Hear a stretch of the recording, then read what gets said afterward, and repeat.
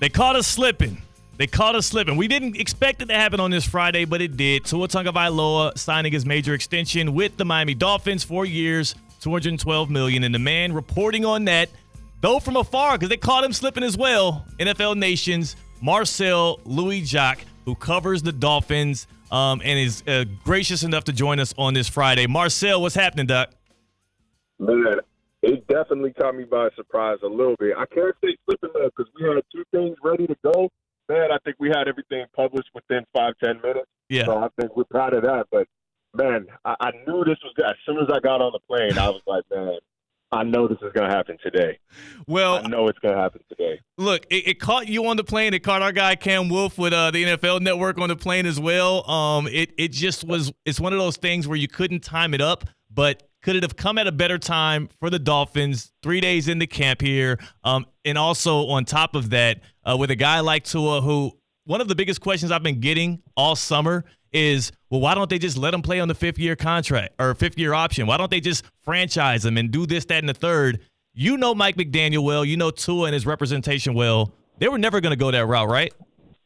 No, that is not how you build faith in your organization with your players. You know, you like to set the tone, set the precedent that you come in, you work hard, you do your job, you perform, you will be rewarded. And, you know, stretching something out, this was already, I think, lasted a little longer than either side wanted to, but to stretch it out and make him play on that fifth year and then tag him again, it's not conducive to building a strong locker room. Not to mention, you're just prolonging the inevitable, right? It's only going to get more expensive. We saw that this year, right? Jared Goff came in at $53 million. Trevor Lawrence came in at $55 a year. And then, so you know, Tua's people had to come in like the Price is Right at $53.1 million per year just to make sure he beat the Goff contract. But it's only getting more expensive. They might as well have done it right now. That's exactly what they did.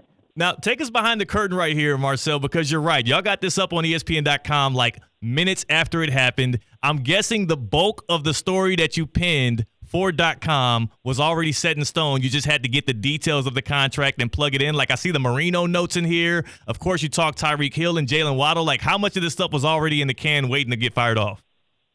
So you like to have just like the bones of it, right? You know, they agreed to a deal. Here's some background. You want to provide background of the situation. And then once it actually drops, you can plug in the numbers, let it go, and then add additional context. So that's what we did, and then added the context of, you know, of Marino, of, okay, this is the richest contract in Dolphins history. This is where he ranks among highest paid players in terms of average annual value and in terms of guaranteed money.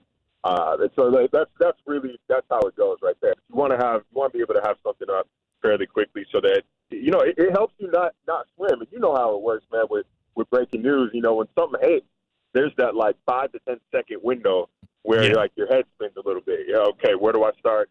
Come to terms with what just happened. Like, where do I need to be? What do I need to do? Then you can breathe. No, okay, this is where we're at right now. This is what I have to do. It helps you come up with that plan. And so that's how we were able to. That's how the worldwide leader stays the worldwide leader, man. Like we have contingencies for this.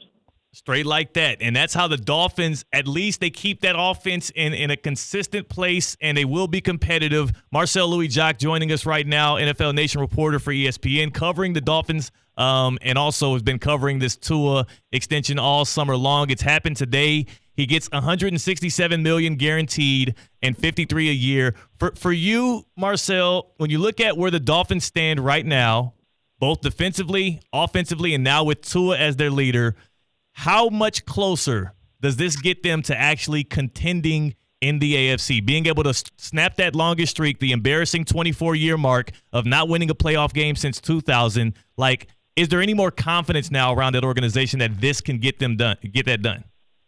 Yeah, you know, the thing about Tua that we've seen over the past couple of years, when he is confident, when he feels like, you know, he's got people in his corner, he's got people behind him, that's when he plays his best ball. When he's under stress, under fire, under that kind of pressure, it's not, you know, a matter of being soft or mentally weak, but like everybody likes to know that somebody is in their corner, their organization has their back. And ever since Mike McDaniel came in and proved exactly that, we have seen the best version of Tua Tagovailoa. So this is, I mean, how much more of a vote of confidence can you get than a $225 or $212 million contract? I think we're going to see the best version of Tua Tagovailoa. He's already shed weight. It looks like he's moving well. By all reports, he came out and tore it up today in his first full day of practice. He looked like somebody that just signed a $200 million contract. I think they are ready to compete. On paper, this is a roster built to compete in the AFC.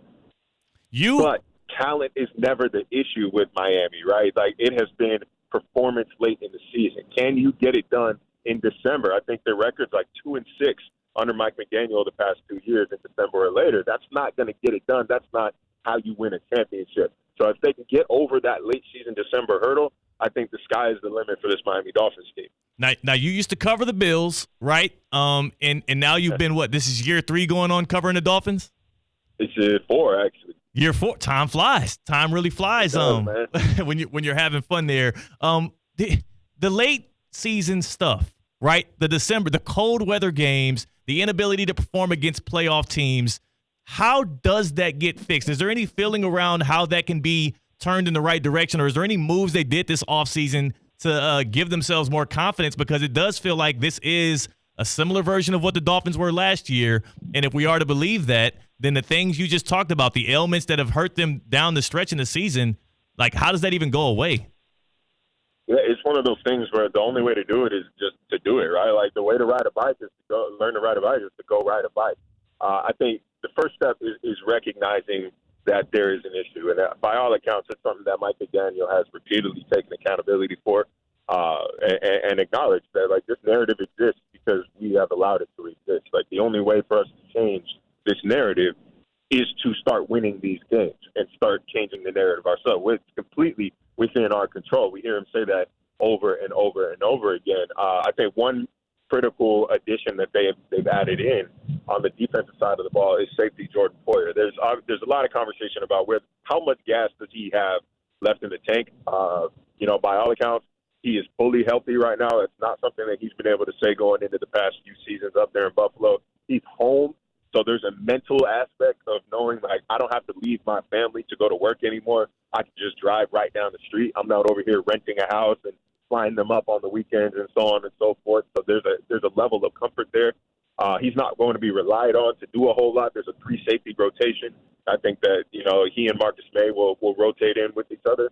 But he also brings a certain mentality, a mentality of, like, when we get hit in the mouth, we're not going to fold. If the other team hits first, we're not going to roll over and fold over. Like, we're going to swing back. And I think having dogs like that on your defense, that helps you set a tone. So I think, getting a tone setter like that, I think even a Tierra Tart is famously a chirper on the field. Like, just getting people like that can help change your attitude as an organization. I think that's what you need to do. It's a mental hurdle, right, at this point, just like beating the Bills. I think toe-to-toe, they should be able to go toe-to-toe or beat the Bills on paper, but it's something they have not been able to do over their past 15 games. I think they're like 1-14 or 2-13, something wild like that. The only way to do it is to do it. Sometimes it's really that simple. Well, the only way to do it is to do it. The market is the market, and the quarterback got paid. Marcel, appreciate you. Enjoy your weekend, your wedding weekend, and looking forward to seeing you back here in South Florida. I will dust off the clubs and get back on that course with you soon, bro. I'm about to say, I'll make that trip up to West Palm specifically for that course. So yeah. That one's worth the drive. Exactly. You know what it is. Y'all enjoy the weekend, man, and we'll chop it up with you again soon there. Yes, sir. Appreciate you, man. Yes, sir. That's Marcel Louis-Jacques, NFL Nation reporter covering the Dolphins for ESPN. Going on year 4 now, and again, reporting on that Tua Tagovailoa deal. The richest in Dolphins history, $53 a year, $167 million guaranteed, 4 years, $212. A beautiful pairing there. After we do hit the course, after we do knock some balls around, and of course Marcel's who's way better. He's a way better golfer than me. Trying to catch up to him. The easiest way for me to deal with that loss that I suffer, pull up to a Duffy Sports Grill. Hop in there, get some 2-for-1 drinks all day, every day. They keep them coming. They keep them going. It's a good time. Plus, this time of year, especially right now, when we see all of these amazing athletes going for gold, there's so many different events, so many different things you want to be locked in on. 80 or more television screens in every single Duffy Sports Grill. DuffysMVP.com. That's the website. Tap in right now. DuffysMVP.com. If you're feeling very valuable like I am, jump on there, become a rewards member, be an MVP like me, and start tracking those rewards. And then every time you pull up, and maybe it's dog days of summer right now through July 31st. You got 5 more days. Keep on racking up those rewards as you scarf down those hot dogs. Duffy'sMVP.com, known for their award-winning burgers and award-winning wings, but of course the 2-for-1 drinks. That's what you stay for. Duffy'sMVP.com. At Duffy's, our game is always on.